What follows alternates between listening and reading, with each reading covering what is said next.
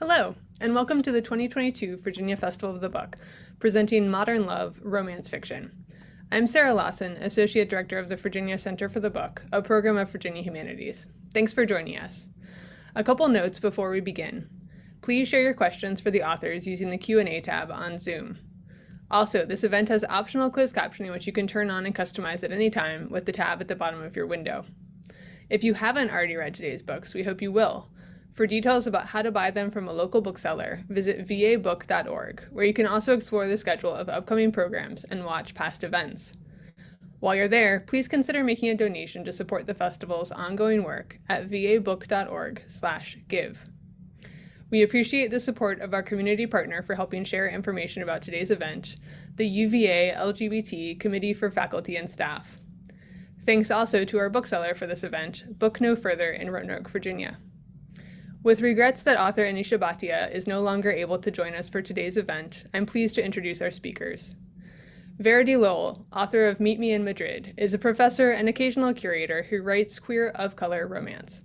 She likes imagining and describing a world where ambition, travel, and history provide a background for steamy and diverse stories, mostly about women falling hard for other women. Jean Meltzer, author of The Matzah Ball, studied dramatic writing at the New York University Tisch School of Arts and has earned numerous awards for her work in television, including a Daytime Emmy. She lives in Herndon, Virginia. And our moderator, Tamara Whyte, is a professor of English at Piedmont, Virginia Community College. Thank you all for joining us. Take it away. Hello, everyone, and I'm really excited to talk to Verity and Jean today about their books. We thought we'd start off with them telling us a little bit about their books in case you haven't read them, specifically The Matzo Ball and Meet Me Madrid, though I will leave room later for you to tell us about your latest projects too, because I can see behind Jean, you got the next one ready to go. You were prepared. So Verity, if you'll start us off. Hi, everyone. I wanted to say that my pronouns are she, her. Meet Me Madrid is the story of two queer women of color who met in grad school and were unexpectedly reunited in Madrid during a blizzard. Adriana, who's a college professor doing research on sabbatical there, invites Charlotte, who is a museum courier, to wait out the storm with her in her rented apartment. And the one night turns into 3 nights, and before they know it, they're saying goodbye, but they know they're about to enter into a long distance relationship with all the joys and challenges that involves. Some of you may know what that's about. And so they enter that knowing that, they're going to be in 2 different countries, which is something to deal with, but also they're in really different points of their careers, their professional lives.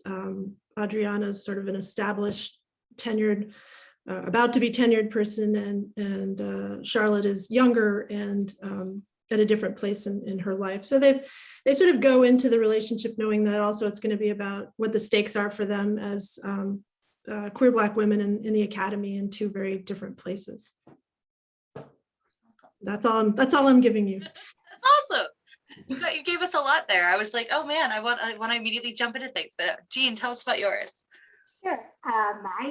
My debut was The Matzah Ball. It is an Own Voices Hanukkah rom-com about a chronically ill, nice Jewish girl, the daughter of a world-famous rabbi, who also happens to have a secret career as a best-selling Christmas romance novelist. Now, one day, her diversity-conscious publisher tasks her with writing a Hanukkah romance. And as every Jewish person probably knows, Hanukkah does not quite have the same magic as Christmas. There's no tinsel, there's no lights everywhere. It's, actually one of our very minor holidays. So seeking inspiration for this book, she hears about the Matzah Ball, which is based in reality. We actually have matzo balls, but it's a high-end music festival held on the last night of Hanukkah. And of course, because we're on, rom-com, there has to be a problem. So the problem is, it's the CEO, and the only way to get a ticket is from the ball's creator, Jacob Greenberg, who just happens to also be, dun, dun, dun, her summer camp arch enemy. So that's the Matzo Ball. Awesome. It's interesting because both of your novels deal with someone from the past. as the love interest. And I noticed they both also draw from experiences in your life. Can you talk about how your own, like how your experiences and things sort of might have inspired some of your writing for the book? Either, both of you really, but. Go for it, Jean. Sure. So, I mean, I have to say, when I sat down to write the Matzah Ball, it was actually a book I never thought would be published. It was literally a book I wrote during the pandemic when I wasn't like huddled in the fetal position in the corner, mainly for myself. It was a way of holding on to my joy. So basically, I wrote kind of like the Hanukkah romance I would want to see. And I took aspects of my own life. So I am chronically ill. My character is chronically ill. I am not the daughter of a rabbi, but I did happen to spend 5 years studying to become a rabbi before my chronic illness forced me to withdraw. So I sort of took all those elements, and I didn't get married at 30. I dated a lot in Manhattan. I joke there was not a Jewish man in Manhattan. I did not date in 10 years, I dated them all. And so all of that sort of went into this book, the rabbinic background, the Jewish background, the chronically ill background, and became the story of the Matzah Ball. But see, now it's all research and you can claim some of that on your taxes, right? All those dates. That's right. All right, Verity? Good that it worked that way. It's funny, the more I learned about sort of Jean from, you know, the interwebs and read the book, I think it's a funny pairing because we have some similarities. I too am a seminarian, a former seminarian. So I actually also was in religious school. In my case, sort of headed towards potentially the priesthood of the Episcopal Church, but it wasn't a time when you could very easily be queer and get ordained in my diocese. So although I was thwarted in a different way, I was thwarted as well. So it's just a funny, interesting coincidence, but maybe not a coincidence in some ways. But my book, same thing, you know, it's COVID. I'm stuck where I am. I'm a college professor. I was teaching all day online and miserable, not just with COVID, but with the racial reckoning and the feeling of, you know, profound cultural unrest around race that has, you know, been going on forever, but has been brought to our attention in different ways lately. And I felt like I just needed to write my way out of that somehow. And I was not a romance writer or a fiction writer at all. And I wrote the book similarly thinking, well, Toni Morrison said, you know, if you don't see the book that you want, write that book. I'm not seeing any, to the degree that I want, let's just say, I wasn't seeing romance about queer women of color. Not enough. I would come across one or two things and I thought, oh, good, I want some more. There wasn't, you know, seeming to be that much more. So I wrote this thing and I thought, well, no one's going to want to have anything to do with that because it's pretty, you know, strident, I would say, in moments. And I think, you know, one thing I really like about Jean's book is that I know something I'm not Jewish, but I know something about Judaism. I've studied Judaism. My partner for many years was Jewish. And I learned so much about particular strains of Judaism in the book because it teaches us. And likewise, I didn't shy away from trying to sort of have some teachable moments. And I think, you know, you get the pushback, but it ended up being in some ways a book that I wanted to write in that way. Well, and I think it's interesting you bring up, like, especially the not seeing the books, because I have been noticing, like, we finally are starting to get more diversity coming into the actual romance sections at the bookstores. It feels like for a long time, if you wanted them, you had to seek them out in like hidden places. And now they're finally starting to, like, your book's on the end cap at Barnes & Noble right now, Verity, here in Charlottesville. And I was like, yes. And not just for Festival of the Book, but actually like romance in different places. And I was really excited. I noticed, so I read your guest post on The Professor Is In, and you mentioned some critics sort of pushing back, thinking that the characters experiencing racism and sexism brought down the romantic mood, as if like romance can't have the real world bad stuff that happens. And so like, did you have any challenges in actually getting that in the book, like writing about that, you know, romance from like editors, or like you're just figuring out how to address that in the book?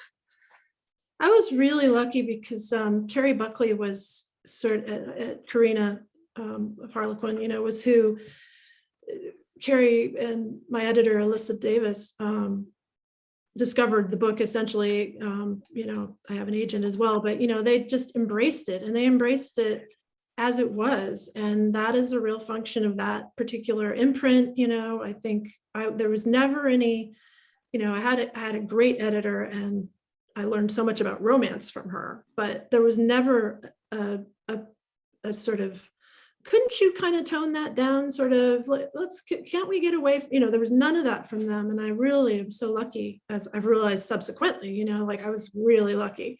So I didn't get pushback on the editorial side at all. I think that for me, the surprise is a little bit, and this is dangerous territory, I'm certainly not going to talk about reader reviews, because I can't do that. But there were surprises for me a little bit on that side. And then the basic critics, you know, that we all want. I was surprised at the beginning a little bit with, like, I was delighted that people were paying attention, but I was surprised to see this kind of like, is it a romance if there's racism? Like, have you actually moved into another genre? Because we included, like, you know, we have people writing about, wonderfully, Helen Wang, about, like, you know, the spectrum of neuro everything. We have people writing about disability finally in really interesting ways, you know, all these things. And yet you have a book that's like, yes, there's racism, and it's like, whoa. And that seems so weird. It's so unromantic, you know? But I would say most true romance readers wouldn't see that, wouldn't say that. Like, it feels like a critic's thing rather than an actual community thing, because they're saying it. That's it's interesting, because I have found, I mean, I did think you had a lot of real refreshing reality in the book, but with like just how real the moments, like the fear at the conference. I don't want to go into detail, but there's a moment about where they confront racism at a conference, and it was a very, like, it could, like, that felt like very now and very real. But I never felt like it took away from the romance, because it's about, romance is working together through these things, right? Like it's about coming together and overcoming your challenges as a couple. I don't know. I think that's interesting. I think it suggests racism and sexism in this community that's coming through in that, like, in pushing back against that. But yeah. Jean, I appreciate that. I just, like, because I thought that was really, like, powerful.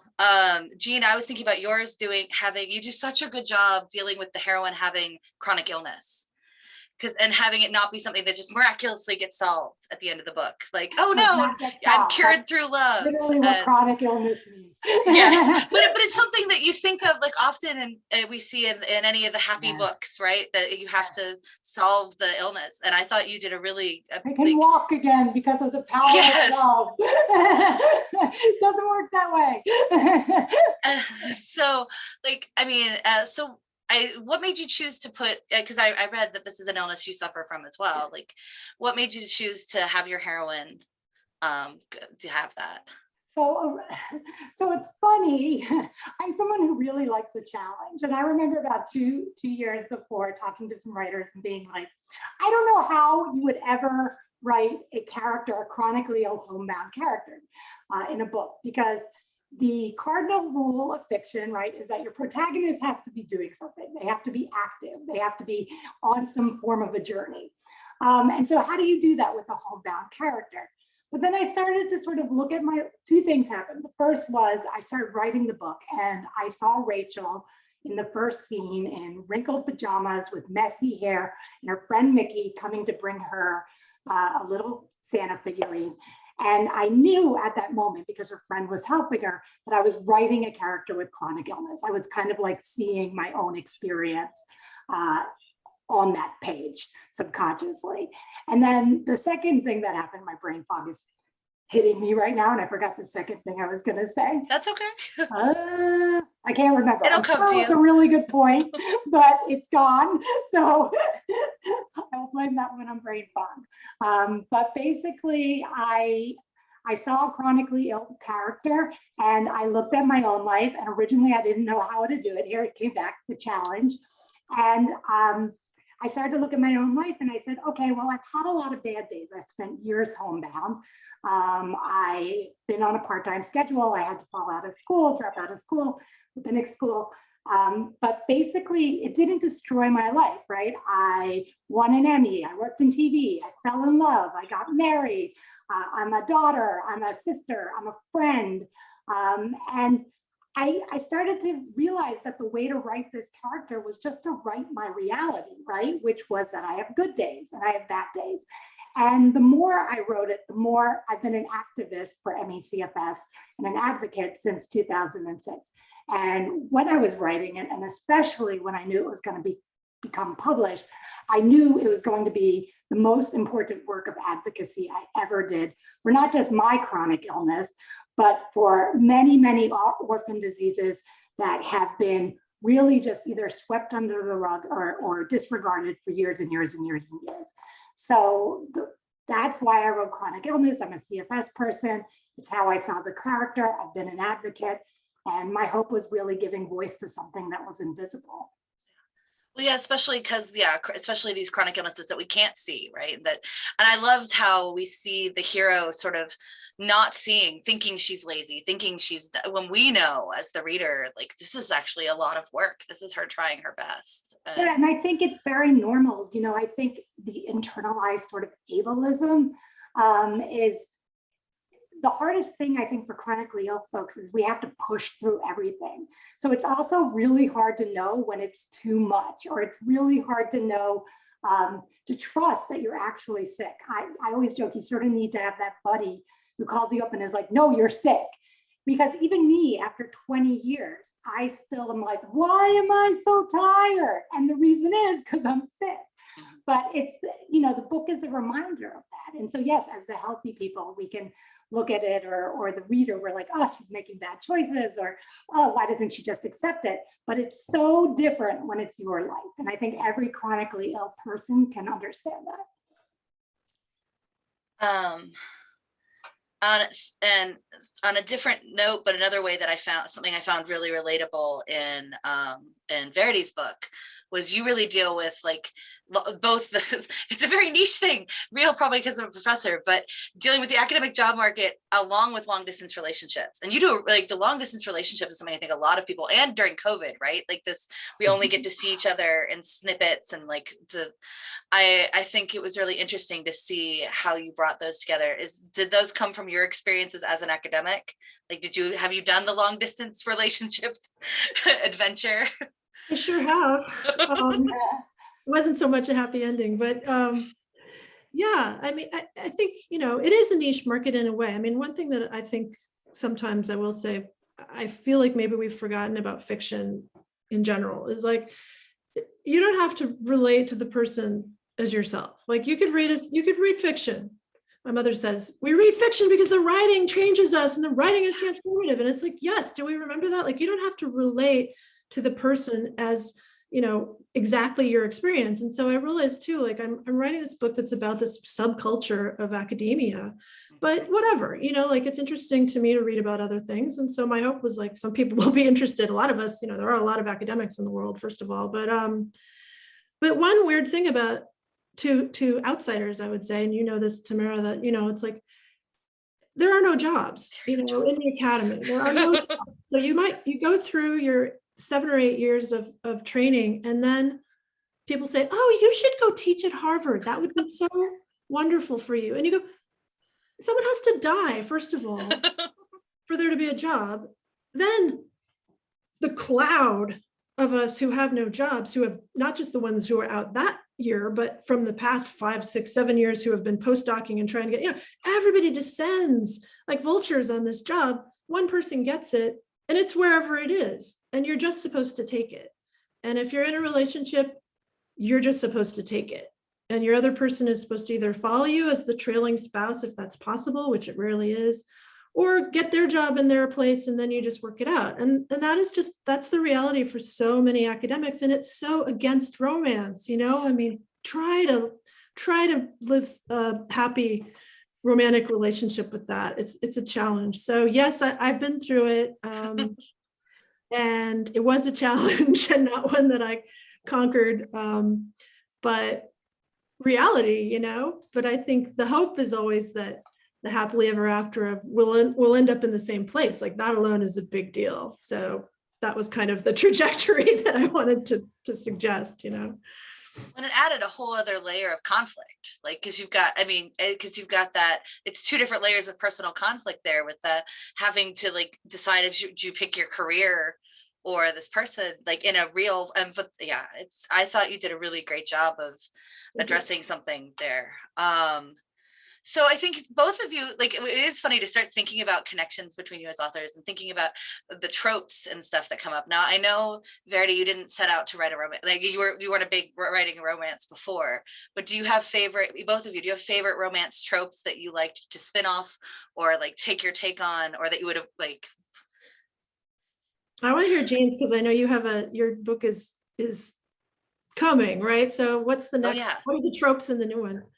So what is the trope in the new one? I guess it's a will they, won't they. It's, what else? He's definitely, so I always joke about this. I discovered romance in India, and in my heart and soul, I love me an alpha man. But he's a hot, sexy, kind-hearted daddy, sort of with a cowboy rugged feel, which is very much an antithesis to Dara, who's sort of a tech Jewish girl from Hoboken. But basically, in terms of tropes, I don't know if you would call it a trope, but where I came to romance and fell in love with romance were the sort of fantasy aspects of it. I always joke that I am here for the billionaire that does laundry. And like, that's exactly how I feel. Like, I want, the limousine scene and the shopping scene and the glam squad if she's a rich executive, and the billionaire come over and do my laundry because I am a sick 40-something-year-old woman and there is nothing. Do not put roses on my floor unless you're going to sweep them up after. So that's sort of why I read romance. I don't know if you would call it a trope. All the rest I feel like you can play with, like enemies to lovers, second chances, but I adore the fantasy aspect. That's awesome. I love age gap. I didn't do a huge age gap, but I'm going to. I mean, a bigger age gap. That was sort of, they say 10 years is kind of the minimum for age gap, and I didn't quite do that. But I love age gap, and and particularly between women, I think it's really interesting to think about. And I love second chance, which we both did. And everybody loves opposites attract and enemies to lovers, and I think I do too. But forced proximity ended up being the case with the blizzard, but that's a tricky one because it can be so cheesy. But I like the idea of forced proximity too. Give me the cheese. I will never get in an elevator. What's going to happen? Oh, come on. Everybody loves only one bed, right? Yeah, exactly. Come on. Cabin. Yeah. It's hard to do that right, but I like it as a challenge. As we're talking, I do want to invite our participants watching to put questions you have in the question and answer, because I'll pull those in too. So what romance authors do you guys read? Like, are there other romance authors that like you would like point out to our listeners here that might be interested in? Go. Basically, all I read is romance. Every now and then I get sent an arc that's not romance, and I'm like, what is this? Where is my happy ending? But in terms of like romances, gosh, what have I Farrah Harone, Talia Hibbert, she also does a lot of chronically ill, diverse characters. Of course, my mind is blanking. Rosie Denon, okay. Rachel Lynn Solomon, they're both Jewish authors. Intimacy Experiment was about a rabbi and a porn star, which if you're looking for more Jewish romance, that's a great one. Who else? Let me think. Helen Ho, I'm going to say her name wrong. Who else? Everyone. Ali Hayes, Allison Cochran is amazing. So lots and lots of, I see the chat. Are there other Jewish romances? Yes. In traditional, there is Rosie Denon, The Intimacy Experiment. Rachel Lynn Solomon, Weather Girl, and what was the name of the other book? The X something, a radio show. I'll remember it and come back. Or Rachel Lynn Solomon writes Jewish characters. Meredith Shore is coming up with a great book, As Seen on TV, that features a Jewish character. Sadie on a Plate by, again, Amanda Panich, I think is her last name. Sorry, brain fog. But Sadie on a Plate just came out on Tuesday. I'm not ready yet, but it's about Jewish Ashkenazi cuisine. So those are Jewish romances. Awesome. Well, yeah, I mean, I will always say Rebecca Weatherspoon is amazing. I wish that I don't think she watches these things that we do necessarily, but if she's watching, I wish she would write more women loving women, because she's great at it, and she hasn't done that since The Fling, I think, and the crazy wonderful vampire series that she has, lesbian vampires in college that are sorority sisters. That's good stuff. That sounds epic. It is epic. It is epic. If they ever bring that to the screen, who knows? But I love Rebecca Weatherspoon. Alyssa Cole, when she writes the queer stuff, That Could Be Enough is a sweet, lovely historical, fiction from her. And also some of the people, certainly, like I said, Helen Huang, etc. I think Talia Hibbert.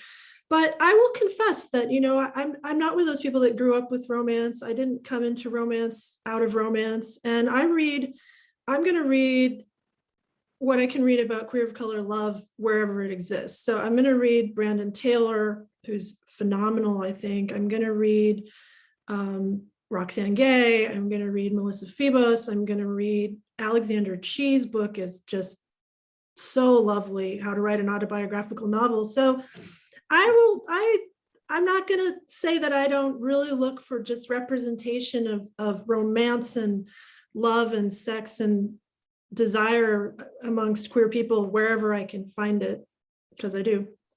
Well, that's awesome. So to shift back to your books you wrote, so how long did it take you to write the first book, the Matzah Ball for Jean and Me Madrid? Do you remember when you started? Yes, I do, because I kind of remember the date I started. So it took me about from February to June to write the first chapter. Wow. I'll tell a secret about that. I queried my agents that I eventually had before the book was done, and they were like, where is it? We want to see it. Like within 24 hours, they, I guess, had read it all, or not read it all, but they were asking, I sent like the first 3 chapters, but I wasn't finished the last chapter. So I finished the epilogue really quickly, and I sent it out. And then it went through a little bit more revisions, of course, because, it was off, it went. But basically, I would say it took about 6 months to a year between the day I started it and the day it was handed off, and I never. That seems so fast. Yes. And I'm guessing your experience. I'm guessing your Sure. experience with the screenwriting stuff, though, it made it easier.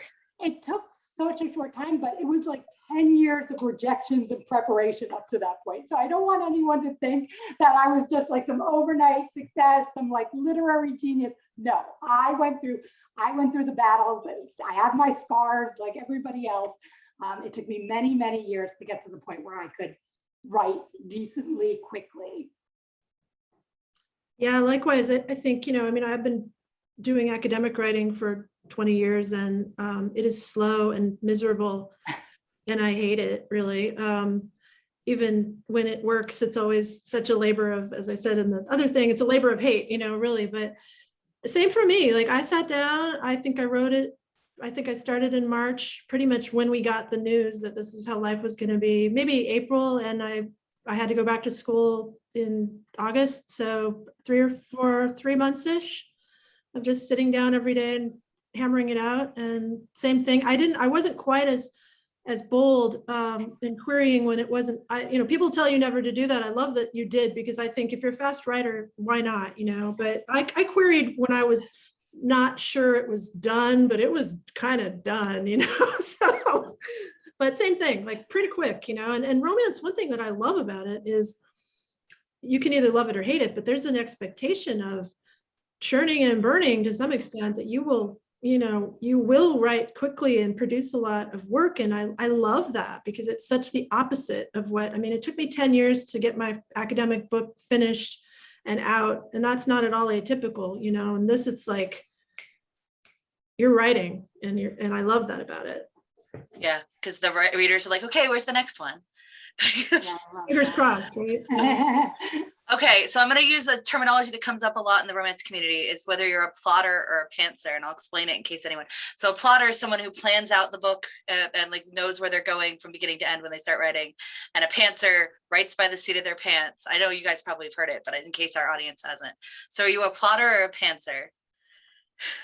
Dear Lord, I am a plotter. It took me at least 6 years to learn. I need an outline. The reason the Matzo Ball went so fast in writing was because I had a 10-page outline before I sat down to write it. It's kind of like a treatment I write. It has all the major beats and everything, but dear Lord, I'm a plotter. I will never, ever write a book without an outline next to me. I just have too big of an imagination, and I just follow those bunnies into all their holes and never come out of it. So outlines, plots, never, no. I will never write a book with an outline. Please preserve me from having to be tethered to an outline. I'm completely the opposite. I sit down and start writing and I don't look back. Likewise, I think it might be nice to know what I was going to do, but I can't write fiction that way. So I have, for everything I've done since, I just sit down and the one rule that you read a lot about that I never followed is in my academic writing is like, don't go back to what you wrote before when you sit down again. Just end at a place where you feel like you have a little more to say.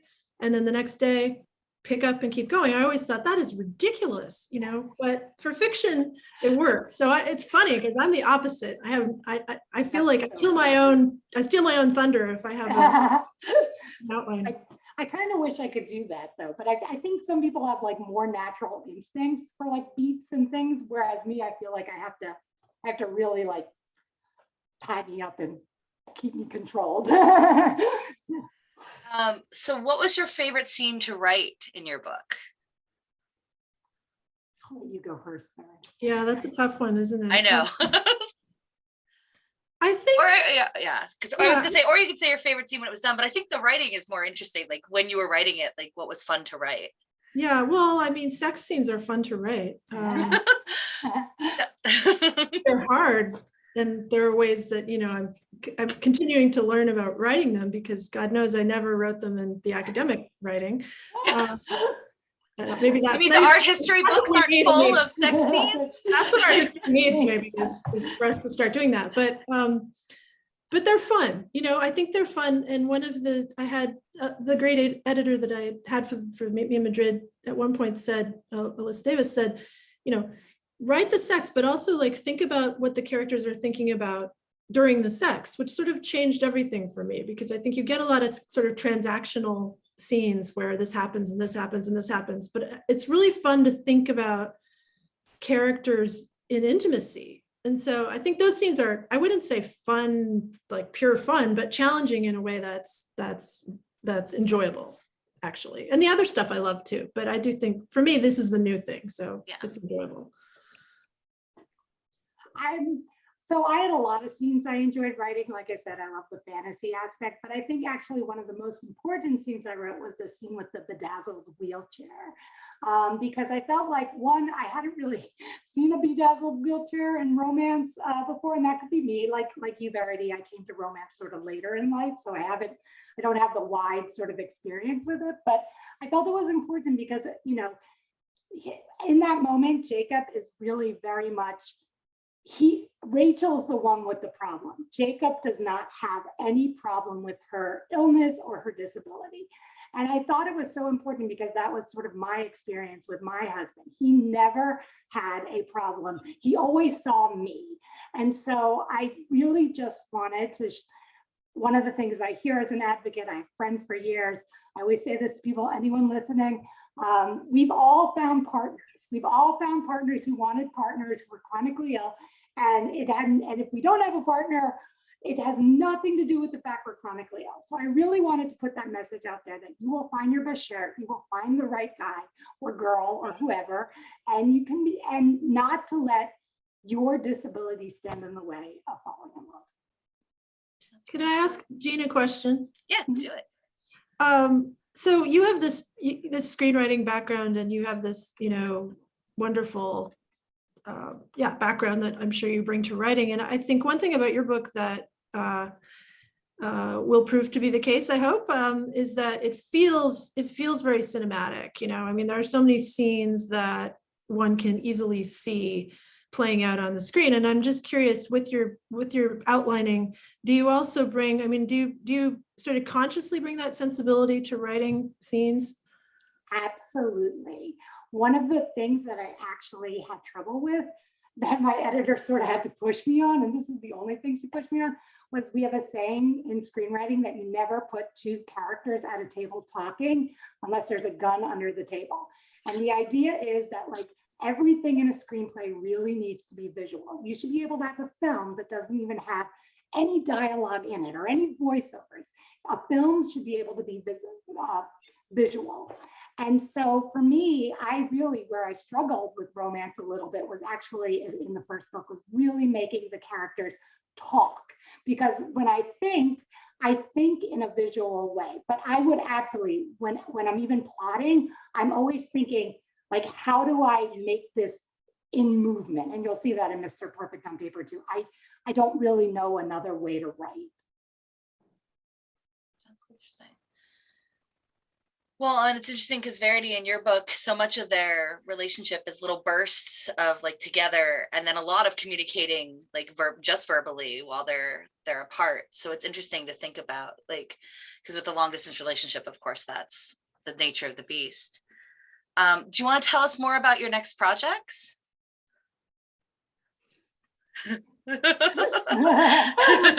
You go first. I was pointing to you, Verity. I'm actually really curious. So you go first, Verity. Everyone can see my side. I mean, we don't have a cast of thousands listening, though I'm very grateful for the people who are here. But I was trying to think, like, because I write under different names, let's just say, and so it's a little tricky sometimes. So what are you going to share with? Say what's happening, but I feel like I can at least, I'm willing at least to say, it's because I'm excited about it, that I have an Audible original coming out in this spring that's called The Groves, which is being cast with multiple actors. I'm super excited. I can't really say more about that other than that it's a campus queer BIPOC campus novel for readers of, let's just say, Donna Tartt and Brandon Taylor, I hope, so that it's called The Groves again, and that is coming out under JV Lion, and about which more later, but that's the thing. I've got another book project, but I can't talk about that at all, but I'm excited about the Audible thing. Well, that's exciting. Thank you. All right, do you want to tell us more about Mr. Perfect on Paper? You gave us a bit about the characters, but yeah, I know that was probably a bad way to jump in, but anyway, no. Mr. Perfect on Paper is about a third generation shakhanit or matchmaker named Dara Rabinowitz. Dara is very successful. She's the CEO of JMade. And she's funneled all her sort of technology, her matchmaking background, her 3 generations into this app. And one day she goes on television to sort of promote her newest part of this app with her bubby. It's during Rosh Hashanah. And basically, what do you think happens? Poor bubby is worried about her granddaughter. We need to make a match. And she shares her list for the perfect Jewish husband on national television. Now, you need to know, I'm someone with a lot of sisters, this was a list that was never supposed to see the light of day, right? She made it drunkenly with her sister on her 34th birthday. So the list is ridiculous. And basically, since we're in a rom-com, what do you think happens, right? Of course, it goes viral, and she begins to go in this national hunt on television for Mr. Perfect on Paper. But of course, again, we're in a rom-com, as she continues sort of searching and searching for this perfect Jewish husband, this ideal that her whole life she's sort of been brought up to believe is out there for her. She finds herself drawn more and more to Christopher Steadfast, the totally charming, but also very not Jewish reporter following the story. And I was partly inspired to write this book based on my love story. I was a first-year rabbinical student. I was deeply committed to my faith. I am deeply committed to my faith. When plot twist, I fell in love with a non-Jewish man. So for me, it was important to sort of, for all the reasons I felt it was important to write a story around two Jewish characters falling in love. I felt it was as important in today's age to also write an interfaith romance. And so that's Mr. Perfect on paper. I hope you'll all pick it up. Do you have the publication date, or is it August 9th, 2022? Okay, that's soon. Anniversary, ironically. So well, hopefully we have lots to celebrate. That's right. 2 days. Well, yeah, that's the way to do it. Yeah, don't combine it. All the champagne. Yeah, great. That sounds great. So I know at Festival of the Book, we also get a lot of aspiring authors coming to panels and stuff.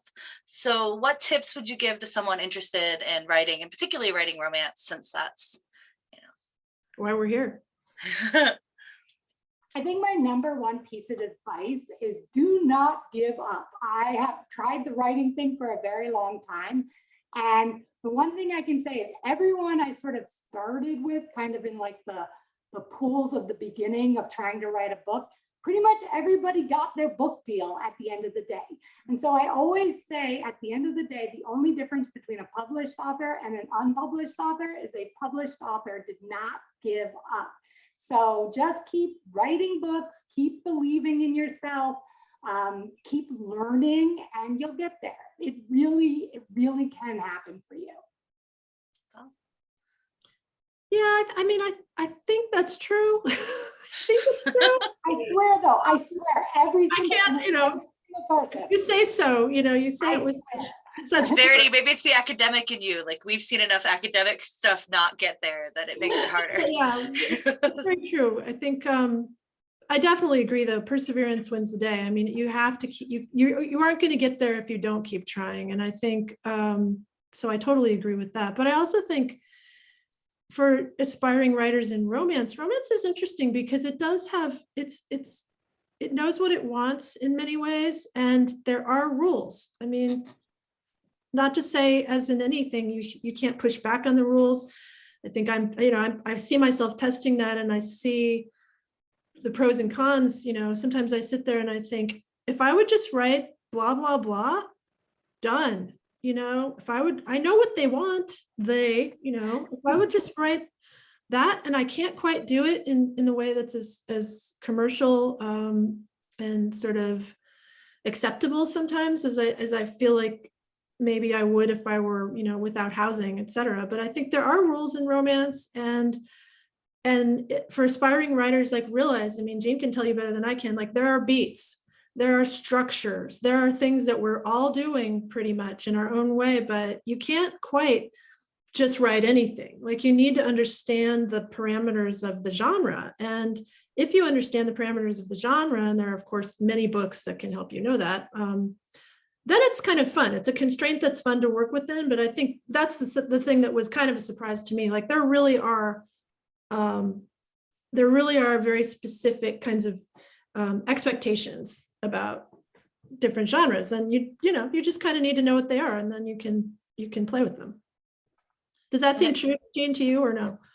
Yeah, absolutely. I do think it's interesting how you talk about romance readers' expectations and how people, especially diverse authors, write realism versus keeping everything in sort of a fantasy realm and everything. And I think it is changing. I feel like we're going to see sort of two different streams of sort of books sort of developing in romance, where one, you have a book where there's sort of no issues and that's okay. And then I think you're seeing that there is an audience, a new audience for books that are tackling these issues. And I think for all the people that didn't like Rachel going on and on about CFS, there was just as many people who finally got to see themselves in a story. And so for me, I said this in another talk about chronic illness. And when I was writing the book, I was like, this book is so weird. There is nothing on it, on the shelves like it. It's super Jewy. Rachel's really sick. Like, this is a weird book. But the way we make these books less weird is we just keep writing them and we keep putting it out there. And so I think there's a place for both. And I think over time, the audience will come. But yeah, we have to sacrifice a little bit in reviews, I think, until that point. Yeah.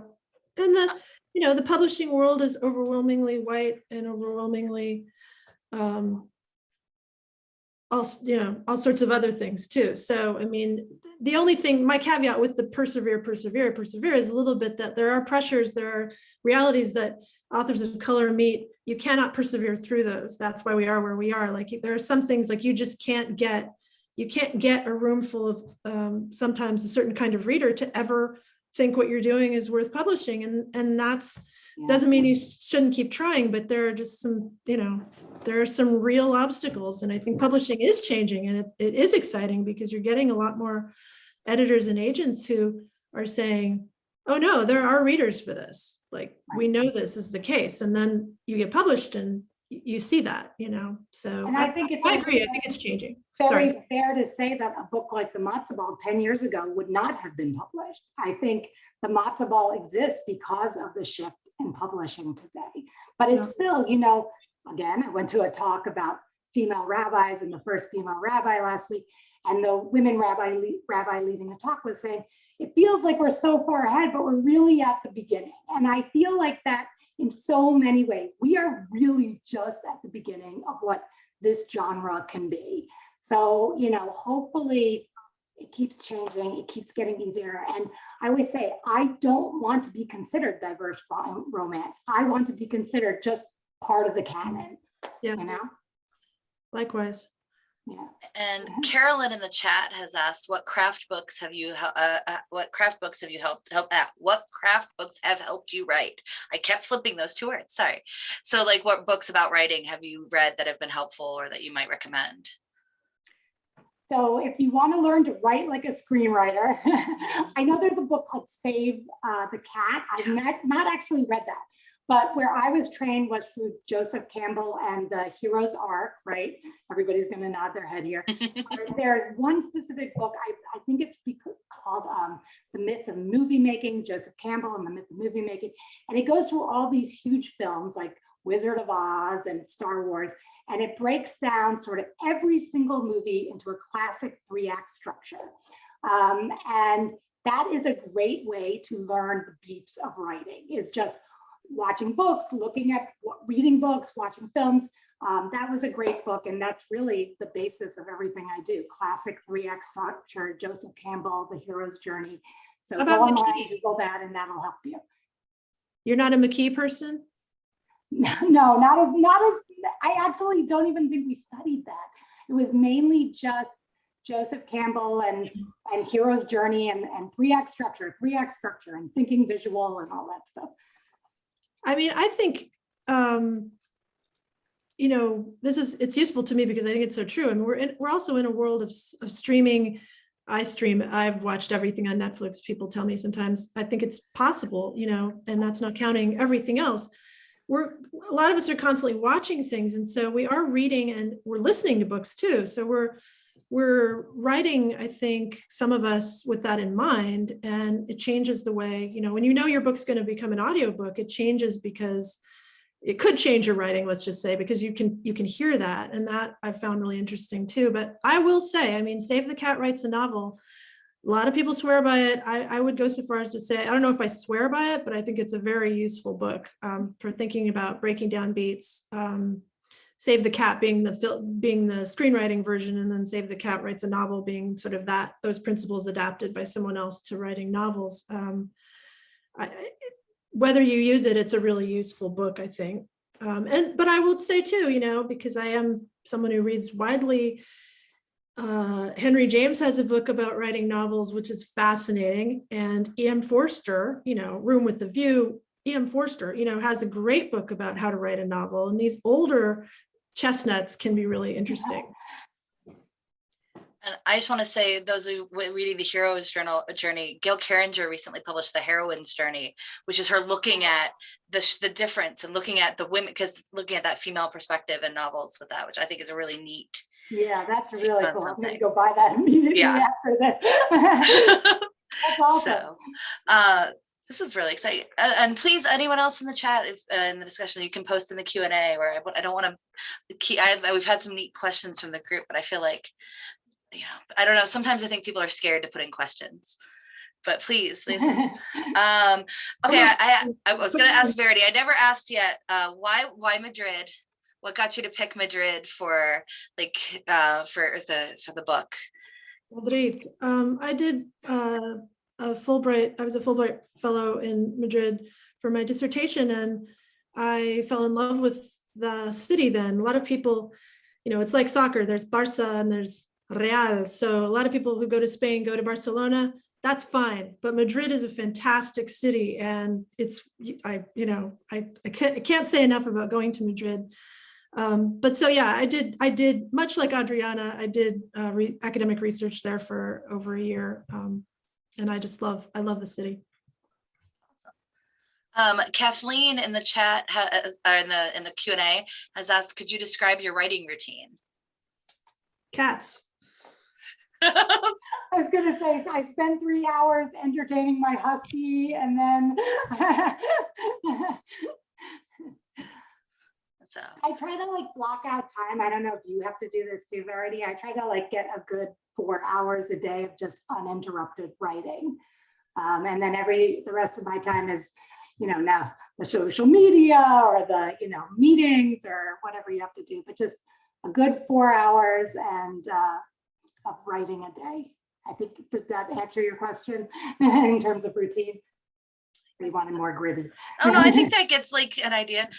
How do you balance yours, Verity, with I'm sure you have teaching and writing, academic writing too? Yeah, but it's the same for me. I mean, I'm a night owl, but I don't write at night. So I try to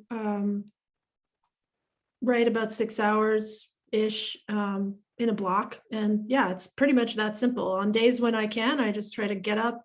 I have now a place that I sit down and I just start writing, and I write until I can't write anymore. But I try to just make myself do it. And some people say, well, you can't write every day. And it's just so, all these process discussions are always so different. It's just, of course, it's idiosyncratic. There's no rule that we could, either of us, I think, tell you anyone that would work for everyone. But I do think that it's good to try to write. For me, it's good to try to write every day, just to see. Thank you. And Jean, Eva on the Q&A has asked, why did you call the book The Matzo Ball, yet it's about cherishing the Hanukkah holiday? And then P.S. Happy Purim. Thank you, Hag Samea. I got my Hamantashen. Yeah.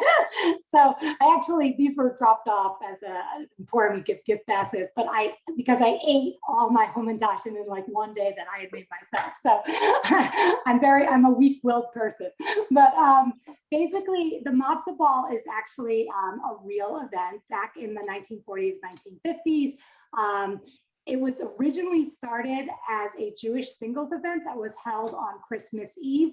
And it was meant to be a way for Jewish singles to get together in cities like Manhattan, Dallas, LA, when all their friends were off celebrating Christmas. So when I was looking to write a Hanukkah romance, it was very important to me that it would feel authentic in a way, authentic to Jews reading it. And one of the ways to do that was to ground it in the reality of our experiences. And the Matzo Ball is a very real experience. If you're Jewish and lived in a city somewhere, you probably had your mother calling at some point wondering if you were going or not. So Matzo Ball, and that is why it's for Hanukkah. But yes, there's also a soup version of it. Well, and it's interesting because I know I don't want to go if I want to give away her fun costume she has to wear at one point during I mean, Your book is very much the rom-com. Like it is so much, there's so much humor and so much joy in that. And I do think the cover is great too. Like I'm sorry. Yeah, I love the cover. The cover is great. So, I would just say along the Purim lines that a secondary character in my book is named Esther, and she is named for that Esther. So Oh, really? That's so. of course, she's a judge. well, do you have any final thoughts you want to share with our group before we get close to wrapping up? Or final questions for each other? I'm really excited for everything that's coming. I hope to see some of these books from Jean. So I just feel very happy that we were paired. I wish that, Anisha had been able to be here because her book is great. And Tamara, thank you so much for your smart questions. And it was really fun. Well, it would have been really interesting too, because because her book doesn't have the HEA. Fair. And so it would have been an interesting discussion. Like I would love to see what she had thought about the genre and things. So if you haven't read it, I'm waiting to see if there's going to be a sequel, because maybe that's the other way with romance, right? If you don't want to put the happily ever after, you just have that really quick sequel, so we know, or the trilogy is the fun thing. So happy for now, or what do they call it? Yes, happy for now. Yes. So, but that shows the way the genre is changing too and opening up. I'm really grateful I got to have this conversation. Jean, do you have any final before I? Thank you so much for being here. Verity, it is so nice to meet you. Really, you're awesome, and we'll have to definitely get together to talk about our seminary experiences sometime. Always clergy people, always close to my heart. So, but thank you, Tamara, thank you, VA Festival of the Books. Thank you, everybody who came. Like, really, you guys are the fuel that keeps us writers writing. And your support means everything to all of us. So thank you. It does. Yes. Well, so I'm going to read my little script, but it's time for us to wrap things up. Thank you to our authors and everyone who tuned in. Please consider buying the featured books. I really recommend them. They're really great. From your local bookseller, using the links provided at vabook.org or the links in the chat. And you can also explore the rest of the 2022 Virginia Festival of the Book schedule, which runs through March 20th at vabook.org. So thank you. Bye.